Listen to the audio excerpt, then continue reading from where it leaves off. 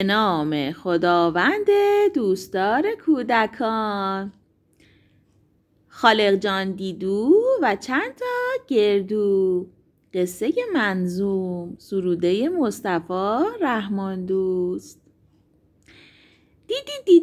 دیدو درخت گردوها رو چید خاله جون دیدو. موشی آمد گردوها رو برد، یه گوشه نشست گردوها رو خورد.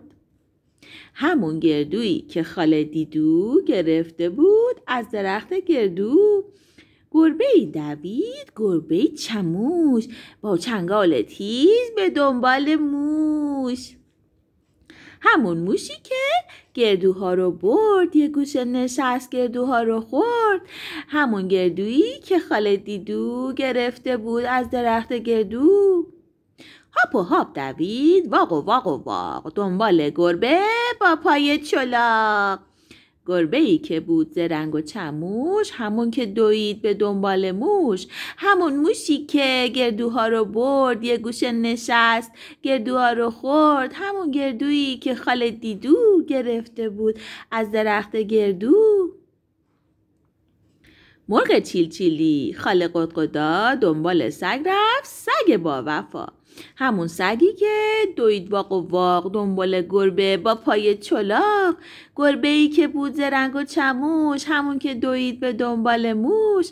همون موشی که گردوها رو برد، یه گوشه نشست گردوها رو خورد. همون گردویی که خاله دیدو گرفته بود از درخت گردو. خروس زیبا قوقولی قوقو مرغشو که دید رفت دنبال او. همون مرغی که قدا دنبال سگ رفت، سگ با وفا. چه خبره؟ همون سگی که دوید واق و واق دنبال گربه با پای چلاق. گربه‌ای که بود زرنگ و چموش، همون که دوید دنباله موش. همون موشی که گردوها رو برد، یه گوشه نشست گردوها رو خورد. همون گردویی که خاله دیدو گرفته بود از درخت گردو. مرغ با قدقدا، خروس قوقولی، سگ با واق و واق، گربه ما میو، این دنبال آن دنبال او. هنوز میدوئن دنبال گردو. همون گردویی که موشی برده، ریزه به ریزه همشو خورده.